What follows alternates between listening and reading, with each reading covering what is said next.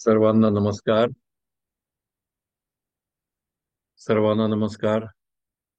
प्रभू श्री रामचंद्रांना वंदन करून आपण आज पुन्हा एकदा राम कवचाचा अर्थ पूर्णपणे माहिती करून घेणार आहोत. रामरक्षेतील चौथ्या श्लोकाच्या दुसऱ्या चरणापासून ते 9व्या श्लोकापर्यंत एकूण 5.5 श्लोक याला राम कवच असं म्हणतात.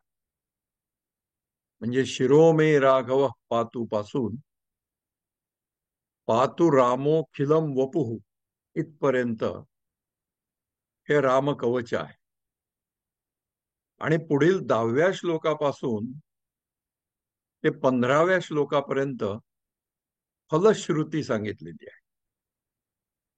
15व्या श्लोकाने खरं तर हे राम कवच पूर्ण होतं. म्हणजे राम कवच आणि फलश्रुती असं सगळं घेतलं तर ते 15व्या श्लोकापर्यंत पूर्ण होतं. प्रभू रामचंद्रांनी डोक्यापासून पायापर्यंत अपाद मस्तक सर्व अवयवांचे सदा सर्व काळ रक्षण करावे अशी प्रार्थना यामध्ये आहे. कोणत्या दृष्टिकोनातून? तर माझं अशा पद्धतीने रक्षण केलंस तर मला रामरक्षा म्हणून तुझी प्रार्थना करता येईल. याच्यासाठी म्हणून तू माझ्या या सगळ्या अवयवांचं रक्षण कर. बुध कौशिक ऋषींनी आपल्या बुद्धी कौशल्याने एक एक अवयव आपल्या शरीराचा आणि त्याच्या रक्षणासाठी रामचंद्रांचे विशिष्ट असे विशेषणयुक्त विशेष नाम हे योजलं आहे. प्रत्येक ठिकाणी रामाचं एक विशेष नाम योजलेलं आहे ज्याचा त्या पर्टिक्युलर अवयवाच्या रक्षणासंबंधी संबंध येतो. या कवचाचा खरा अर्थ असा आहे की डोक्यापासून पायापर्यंत सर्व अवयव हे रामाची पूजा करण्यासाठी सुस्थितीत ठेव. असो, तर आता आपण राम कवचाला सुरुवात करूया. शिरो मे राघव पातू. राघव या संज्ञेने ज्ञात असलेला श्रीराम माझ्या मस्तकाचे रक्षण करो. शिरो मे राघव पातू. पातू म्हणजे रक्षण करो. आता राघव शब्द इथे योजलेला आहे. राघव हे रामाचं विशेषण. जेथे राघव तेथे सीता. तर खर तर हा राघव शब्द रघुराजाच्या संदर्भामध्ये येतो, जो या इक्ष्वाकू वंशातला एक फार मोठा राजा होऊन गेला रामाच्या कित्येक पिढ्या अगोदरचा. रघुराजाचे चारित्र्य आणि चरित्र अतिशय दिव्य, त्यागमय आणि पराक्रमी होतं. त्या वंशातील आणि म्हणून या वंशातल्या पुढच्या सगळ्या राजांना राघव या संज्ञेने संबोधण्यात येऊ लागलं. आणि त्या राघव या संज्ञेत प्रामुख्याने कोणाला संबोधण्यात आलं तर ते प्रभू रामचंद्र. कारण त्यांनी रघुराजाचा आदर्श डोळ्यासमोर ठेवून आपलं जीवन व्यतीत केलं. काय होता रघुराजाचा आदर्श? तर त्याच्यासाठी एक गोष्ट आपल्याला माहिती आहे सगळ्यांना. कौत्स नावाचा जो ब्राह्मण होता, एक ब्राह्मण होता, तरुण ब्राह्मण. त्याचं शिक्षण पुरं झाल्यानंतर त्यांनी गुरुकडे गुरुदक्षिणा काय देऊ म्हणून विचारलं. तर ते म्हणाले, अरे तू अतिशय गरीब आहेस, तुझ्याकडनं मी काय गुरुदक्षिणा घेऊ? तर नाही नाही म्हणाला, मला द्यायची आहे तुम्हाला गुरुदक्षिणा, म्हणून तुम्ही सांगा, जे सांगाल ते मी तंतोतंत पाळेन. त्यांनी त्याची परीक्षाच घ्यायचं ठरवलं. जा म्हणाले, 14 कोटी सुवर्ण मुद्रा घेऊन ये. गुरुदक्षिणा म्हणून. आता 14 कोटी सुवर्ण मुद्रा म्हणजे झालं काय? तर तो असा विचार करत बाहेर पडला आणि रघुराजाची कीर्ती त्याच्या कानावर होती. त्याच्यामुळे तो रघुराजाकडे गेला. आदल्याच दिवशी रघुराजांनी मोठा यज्ञ केला होता आणि त्या यज्ञामध्ये आपल्या खजिन्यातली सर्व संपत्ती जनतेला दान करून टाकली. त्याचा खजिना रिकामा होता. हे कळल्यानंतर तो परत जायला लागला.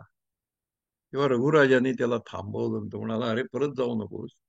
तू आलायस काहीतरी याचना करण्यासाठी माझ्याकडे, तेव्हा सांग, मी तुझी याचना निश्चितपणे पुरी करीन. मग त्यांनी सांगितलं की मला असं असं गुरुदेवांसाठी म्हणून 14 कोटी सुवर्ण मुद्रा गुरुदक्षिणा द्यायची आहे, तर त्या मला हवे आहेत. रघुराजाने विचार केला काय करावं म्हणून, आणि त्यांनी ठरवलं की आपण डायरेक्ट सरळ कुबेरावरच स्वारी करूया आणि त्याच्याकडनंच त्याच्या खजिन्यातनं आपण या 14 कोटी सुवर्ण मुद्रा प्राप्त करून घेऊया. हे कुबेराला कळल्याबरोबर, कुबेराला रघुराजाचा पराक्रम माहिती होता. त्याच्यामुळे तो म्हणाला, कशाला उगाच याच्याशी झगडा करायचा, तेव्हा आपणच देऊन टाक. म्हणून त्याने रघुराजाच्या अंगणामध्ये त्या सुवर्ण मुद्रांचा पाऊस पाडला. ढीकच्या ढीक पडला सुवर्ण मुद्रांचा. आणि मग रघुराजा पण संतुष्ट झाला आणि त्यांनी त्या कौत्साला सांगितलं, घे बाबा, तुला हे सगळं घेऊन जा, हे तुझं आहे, कारण तुझ्यासाठी मी मागितलं. त्या काळात धन्य तो ब्राह्मण आणि धन्य तो राजा, अशी अवस्था होती. घेऊन जा म्हणाला सगळं. कौत्स काय म्हणाला, नाही नाही, मला फक्त याच्यातल्या 14 कोटी सुवर्ण मुद्रा पाहिजेत, बाकीच्यावर माझा अधिकार नाही, मी तेवढ्याच घेऊन जाईन.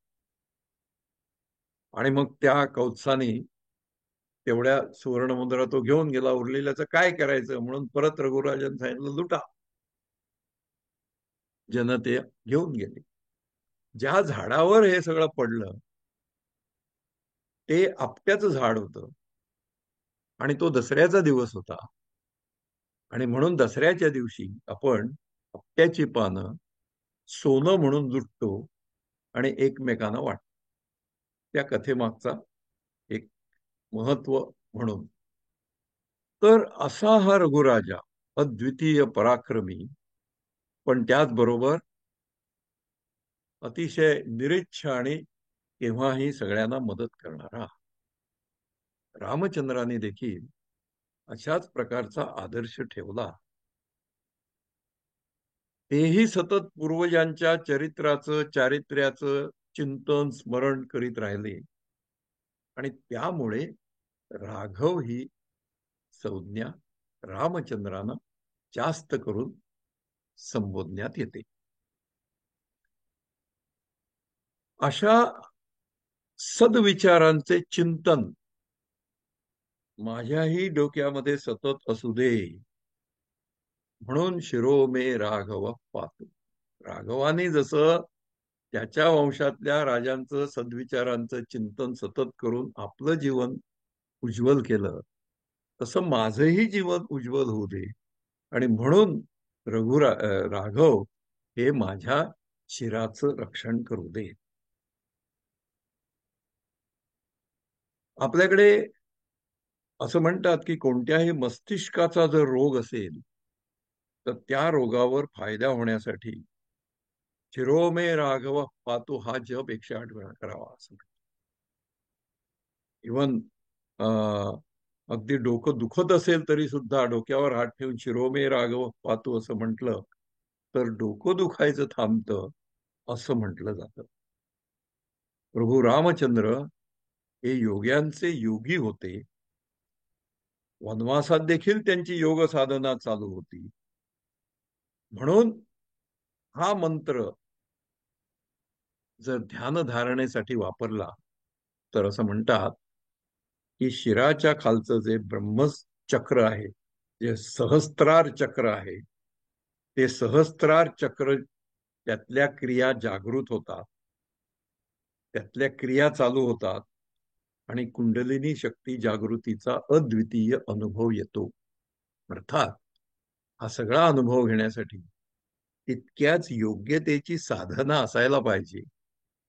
आपल्या गृहस्थी लोकांकडनं त्या योग्यतेची साधना होणार नाही, परंतु त्या योग्यतेची जर साधना केली तर हे होऊ शकतं असं म्हटलेलं आहे.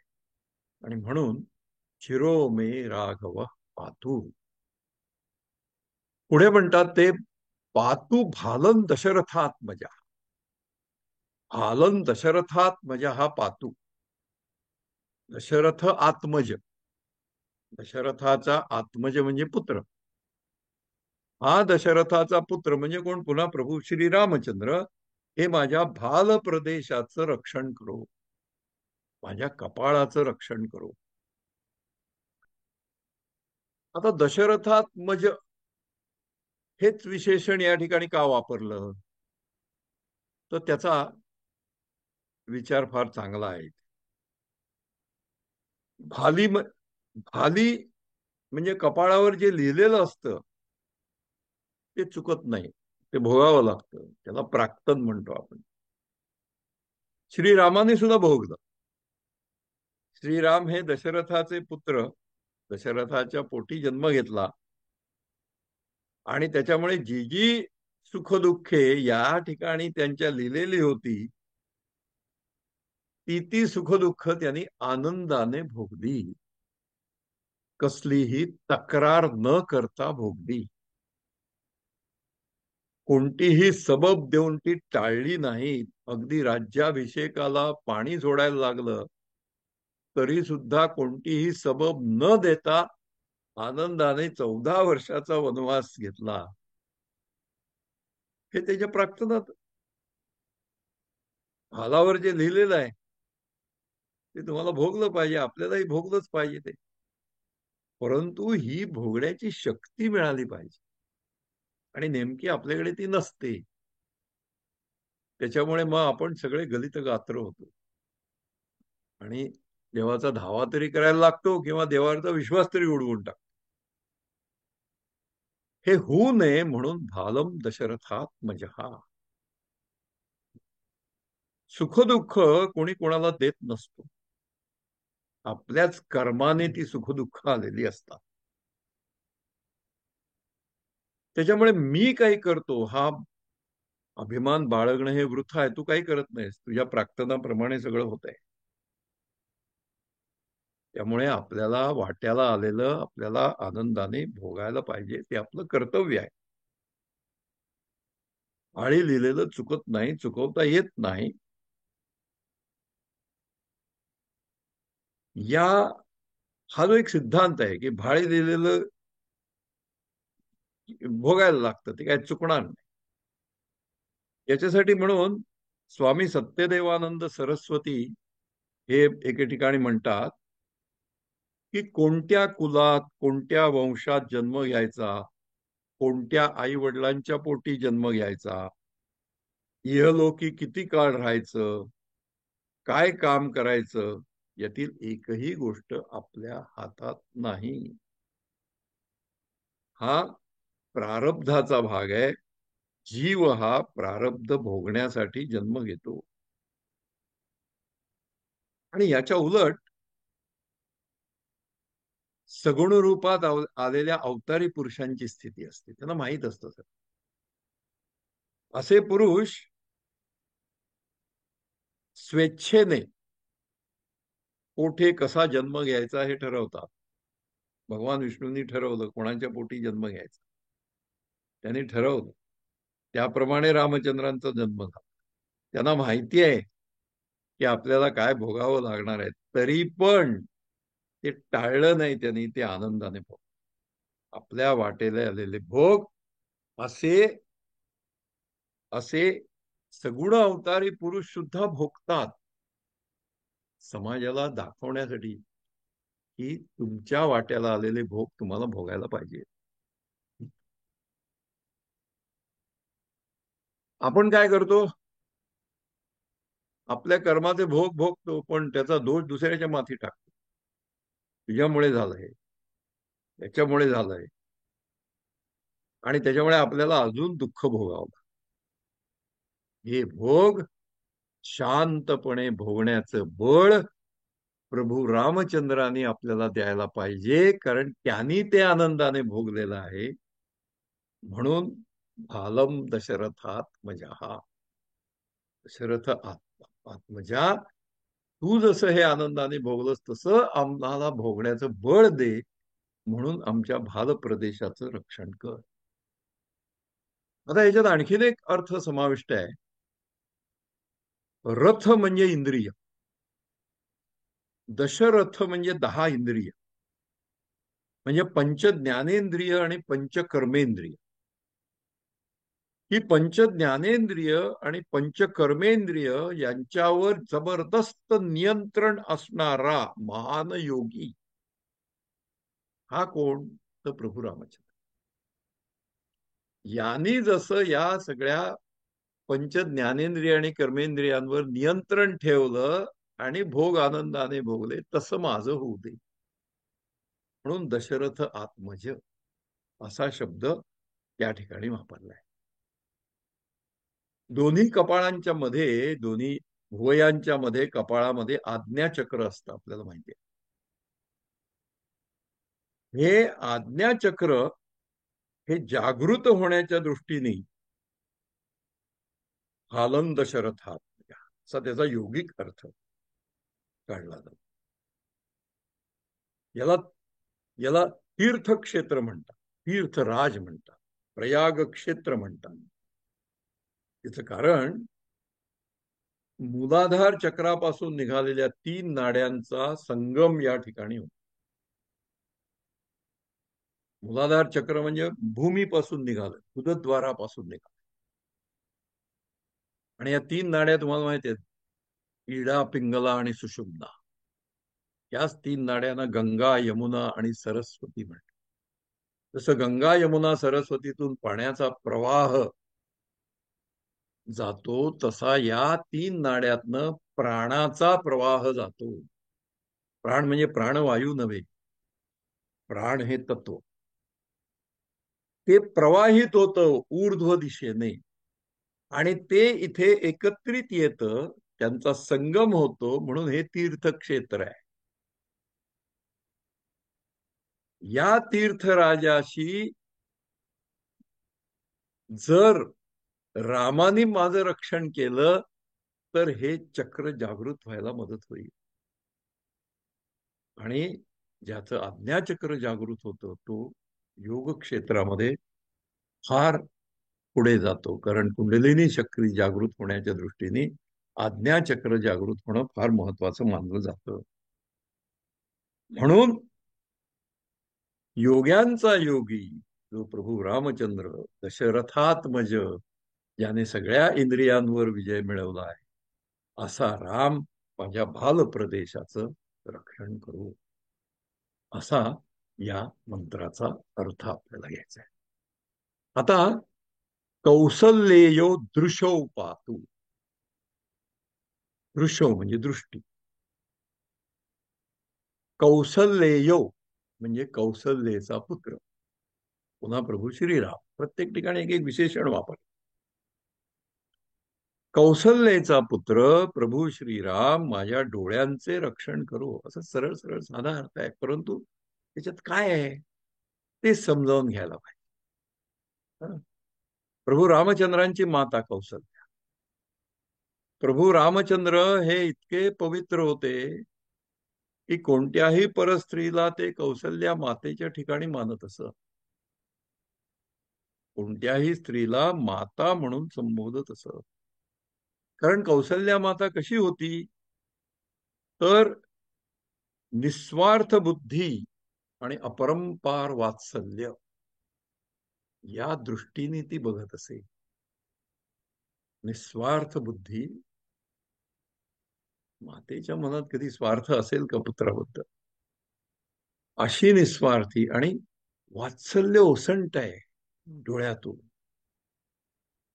असे हिचे डोळे कौसल्या मातेचे, आणि हिचा पुत्र म्हणून तो माझ्या डोळ्यांचं रक्षण करो, आणि मला सुद्धा असंच वात्सल्य आणि प्रेम माझ्यात निर्माण होऊ दे, आणि माझी बुद्धी सुद्धा निस्वार्थ होऊ दे. कशासाठी? म्हणून कौसल्येयो दृशोपाती. तर याच्यामध्ये अजून एक एक गूढ अर्थ असा आहे की कुंडलिनी जागृत होऊन योग मार्गामध्ये प्रगती व्हावी याच्यासाठी जसं आपण म्हटलं भालम दशरथात मजाहा, त्यावेळेला जर आपण डोळे मिटले आणि ध्यान केलं तर चिद आकाशात परमात्मा वास करत असतो असं आपल्याला डोळ्यासमोर दिसतं. म्हणजे परमेश्वराच्या अस्तित्वाची जाणीव होते आणि आपल्या डोळ्याभोवती असलेलं मोहाचं पटल दूर होतं आणि योग मार्गामध्ये आपण प्रगतीपथावर जातो. म्हणून अशा वात्सल्याचे डोळे असलेल्या मातेच्या पुत्रा श्रीरामा, माझ्या पण डोळ्यांचं रक्षण कर. असं झालं, असे डोळे मिटले आणि असं दर्शन झालं की दिव्य दर्शन साधकाला होऊ लागतं.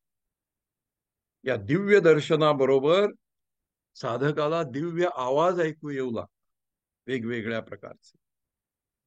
अगदी मंजूळ ध्वनीपासून कर्कश ध्वनीपर्यंतचे आवाज कानामध्ये ऐकू येऊ शकते. ही योग मार्गातली प्रगती आहे आणि ही प्रगती अशा पद्धतीने जर माझ्या डोळ्याचं रक्षण झालं तर मला प्राप्त होऊ शकते. म्हणून कौशल्य योग, माझ्या डोळ्यांचं रक्षण कर.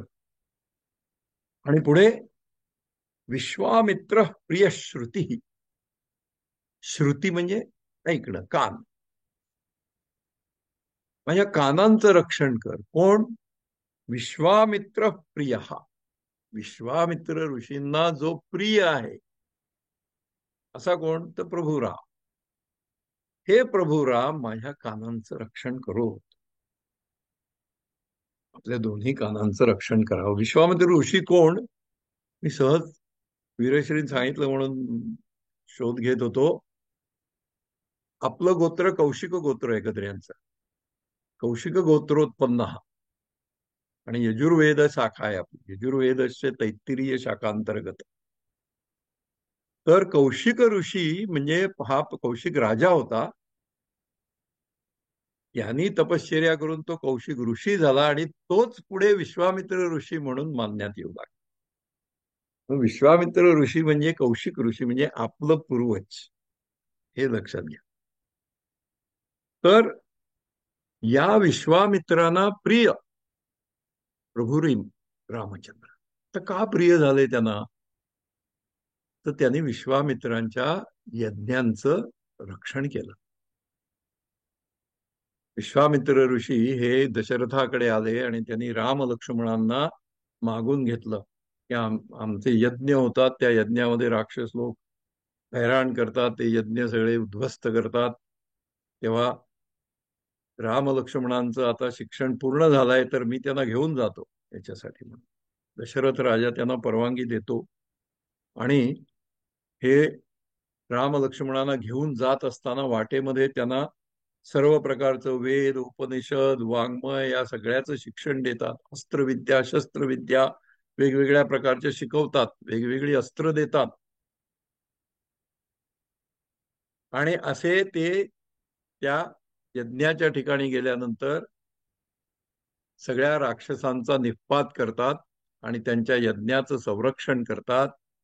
तेव्हा ते विश्वामित्रांना अतिशय प्रिय होतात आणि विश्वामित्र त्यांना एक वर पण देतात की अशा पद्धतीचा पराक्रम करत असताना तुम्हाला कधीही तहान भूक लागणार नाही.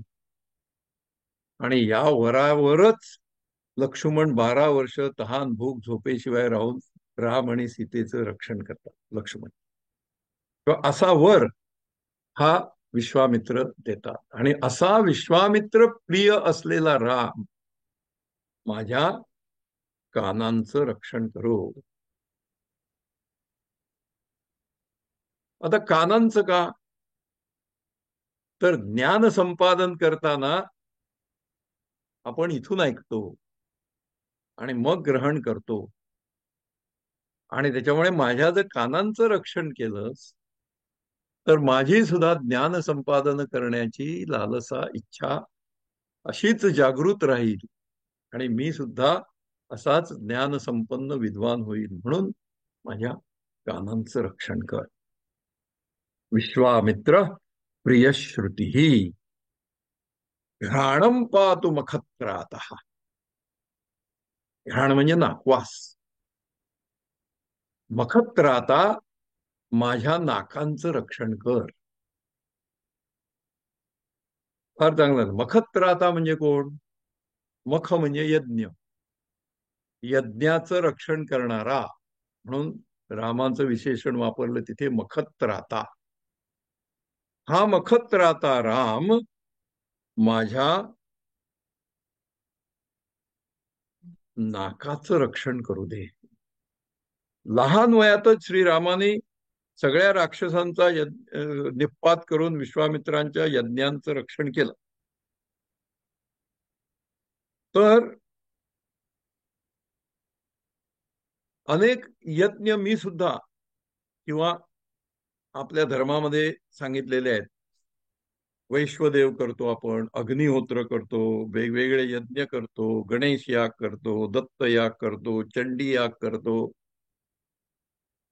हे सगळे याग करण्याची बुद्धी मला दे. काय होईल त्याच्यामुळे? त्याच्यामुळे हे सगळं वायुमंडळ, हे सगळं वातावरण शुद्ध होईल.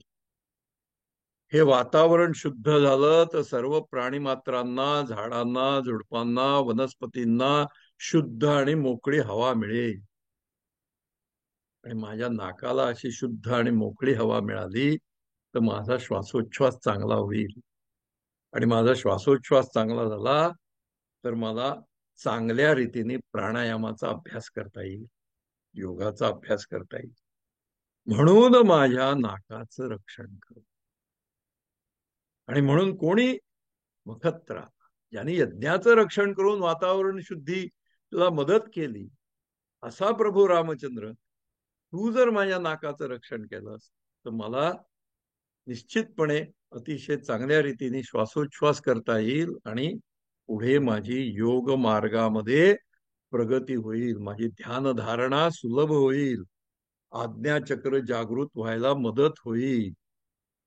आणि अशी प्रचिती येण्यासाठी हे प्रभू रामचंद्रा माझ्या नाकाचं रक्षण कर. म्हणून घ्राणम पातु मखत्राता.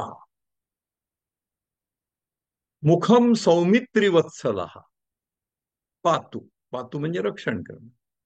तर दरवेळेला पातू शब्द नाही आलेला, परंतु तो आहे असं समजायचं, अभ्यृत आहे. मुखम सौमित्रिवत्सला पातू. आता माझ्या मुखाचं रक्षण कर. कोण कर? सौमित्री वत्सल म्हणजे लक्ष्मणाला, लक्ष्मण ज्याला प्रिय आहे असा. सौमित्री म्हणजे सुमित्रेचा मुलगा. सुमित्रेचा मुलगा म्हणजे लक्ष्मण. हा लक्ष्मण रामाला अतिशय प्रिय आहे, अशा रामा माझ्या मुखाचं रक्षण कर. म्हणजे माझं मुख म्हणजे माझी रसना माझ्या ताब्यात राहण्यासाठी म्हणून माझ्या मुखाचं रक्षण कर. आता लक्ष्मण का? आणि लक्ष्मण प्रिय का? तर विश्वामित्रांच्याकडे यज्ञाच्या रक्षणासाठी लक्ष्मणही गेला होता आणि त्यांनीही रामाच्याच बरोबरीने यज्ञाचं रक्षण केलं आणि वर संपादन करून घेतला. आणि अतिशय प्रेम असल्यामुळे लक्ष्मण रामसीतेबरोबर रामसीतांच्या रक्षणासाठी म्हणून वनवासाला गेले. आणि तिथे त्यांनी 14 वर्ष रामसीतेचं काहीही न खाता पिता न झोपता रक्षण केलं. आणि म्हणून राम लक्ष्मणावर पुत्रवत प्रेम करीत असत. तो त्यांचा अतिशय लाडका होता. आणि अशा लाडक्या लाडका लक्ष्मण असलेल्या रामा, तू माझ्या मुखाचं रक्षण कर. म्हणजे काय? की माझ्या मुखातनं वाईट शब्द बाहेर पडू नको देत. माझ्या मुखातनं मला सतत चांगलंच बाहेर पडू दे. याच्यासाठी म्हणून जसं लक्ष्मणाने केलं, त्यांनी कधीच रामाची अवहेलना करी, कधीच नाही, कधीच नाही. स्वतःच्या भावाची अवहेलना नाही. आणि रामाने त्याच्यावर पुत्रवत प्रेम केलं. सीतामाईंच्या तर असं सांगतात की ते जे सगळे दागिने सीतामाईंनी टाकले होते वनामध्ये रावण घेऊन जात असताना, ते सगळे सुग्रीवाच्या वानरांना मिळाले आणि त्यांनी ते रामाला दाखवले. तेव्हा रामाने विचारलं लक्ष्मणाला, अरे बघ हे सीतेचे दागिने आहेत ना? तेव्हा कसा लक्ष्मण सीतामाईला माता मानणारा, तो म्हणाला मला नाही माहिती हे सगळे दागिने सीते, कारण सीतामाईंकडे मी बघितलंच नाही, मी फक्त तिच्या चरणांकडेच बघत असे. आणि त्याच्यामुळे तिच्या चरणामध्ये असलेले पायल आहेत तेच फक्त मी सांगू शकतो, तिच्या दागिन्यांबद्दल मी सांगू शकत नाही. इतकं हे श्रद्धा असलेले लक्ष्मण, त्यांच्यावर रामाचं नाही का पुत्रवत प्रेम म्हणा, असं प्रेम असलेले राम माझ्या मुखाचं रक्षण करो. आणि मग ते म्हणतात, जिव्हाम विद्यानिधी पाहतो. विद्यानिधी हा शब्द हे रामाचं विशेषण वापर. विद्यानिधी म्हणजे काय? ज्याच्याकडे ज्ञानाचा अपरंपार साठा आहे, असे राम. तुम्हाला माहिती योग वासिष्ठ म्हणून एक ग्रंथ आहे मोठा, त्याच्यात राम वसिष्ठ ऋषींना उपदेश करतात. इतकं ज्ञान संपादन केलेले आहेत ते, नुसते नाही. आणि असे ज्ञान संपादन केलेले राम, असा विद्यानिधी असलेले राम, हे माझ्या जिव्हेचं रक्षण करू. पण माझे शब्द जिव्हेतनच बाहेर पडतात ना. मग ते रामाच्या मुखातून जसे विद्यानिधी असलेल्या रामाच्या मुखातून शब्द बाहेर पडत होते, तसे माझ्या मुखातून बाहेर पडू देत. म्हणून माझ्या जिव्हेचं तू रक्षण कर. शुद्ध उच्चारण्यासाठी, निर्दोष उच्चारण होण्यासाठी जीभ निरोगी असणं आवश्यक आहे. नाही का? जिभेला काही झालेलं आहे तर आपल्याला कसं शब्दाचा उच्चार करता येणार नाही. जिभेतून रसना पण असते, चव पण कळते. जिभेचं रक्षण केलं की रसनेवरही कंट्रोल येऊ शकतो. आणि असे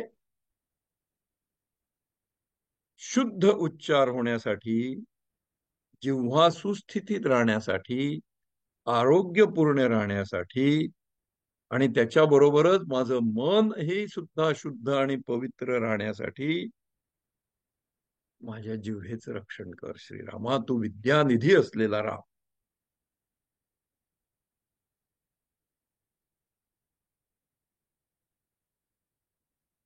तेव्हा कसं बघितलं बघा आपण, दृश्यौ कौसल्येयो दृशौ पातु दृश्यौ, विश्वामित्र प्रिय श्रुती, श्रुतीचं रक्षण, घ्राणमचं रक्षण, मुखमचं रक्षण, जिव्हमचं रक्षण, या सगळ्याच्या सहकार्याने, या सगळ्याच्या रक्षणाने विशुद्धी चक्र आणि आज्ञा चक्र जागृत व्हायला मदत होते. विशुद्धी चक्र इथे आहे गळ्यामध्ये, स्वरयंत्राच्या बाजूला. तेव्हा विशुद्धी चक्राचं आणि आज्ञा चक्राचं जागृतीकरण करण्याच्या दृष्टीने, योग मार्गामध्ये मला पुढे जाण्याच्या दृष्टीने रक्षण कर. आणि त्याच्यामध्ये कंठ पण येतो. आणि म्हणून आणखी नाही काय, कंठम भरतवंदित, तू माझं त्या सगळ्या अवयवांचं रक्षण कर. इथपर्यंत आपण आलोय. आपण एक 5 मिनिटाची विश्रांती घेऊ आणि मग पुन्हा सुरुवात करूया. कारण सगळं एकाच वेळेला ऐकणं पण काही काही वेळेला शक्य होत नाही. केव्हा एकदा थांबतंय, केव्हा एकदा संपतंय असं मग वाटायला लागतं. त्याच्यापेक्षा एक 5 मिनिटं थोडी विश्रांती घेऊ आणि मग पुढच्या भागाला सुरुवात करूया. ठीक आहे. जय